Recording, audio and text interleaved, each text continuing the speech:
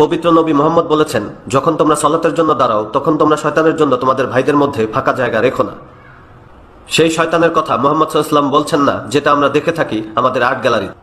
তাই আমি বলি, তিনি সেই শয়তানের কথা বলছেন না যার রয়েছে শিং ও লেজ। আপনারা ওকে দেখলে আপনার জীবন নিয়ে দৌড়ে পালাবেন, আর আমি নিজেও পালাবো।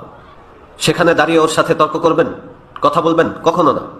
শয়তান আসে সুন্দর রূপে, ওয়াল্লাহ, সে নেক সুরতে আসে কট খাওয়াতে। আসল রূপে আসলে আপনি দেবেন দৌড়। মুহাম্মদ তার বিষয়ে বলছেন না, তিনি বলছেন আপনার বিষয়ে। আপনি নিজেই, আপনার জাতিগত গর্ব, আপনার অহংকার, আপনার বড়লোকি, আমি সাদা সে কালো, আমি ধনী সে গরিব, সেই শয়তান যেন আপনার ভাইদের মধ্যে আসতে না পারে, কোনো গ্যাপ থাকবে না।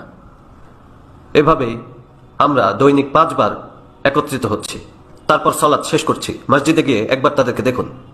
প্রার্থনার সময় পরিচিত কোনো মুসলিমকে জিজ্ঞেস করুন কিভাবে সালাত আদায় করে, তারপর গিয়ে দেখুন।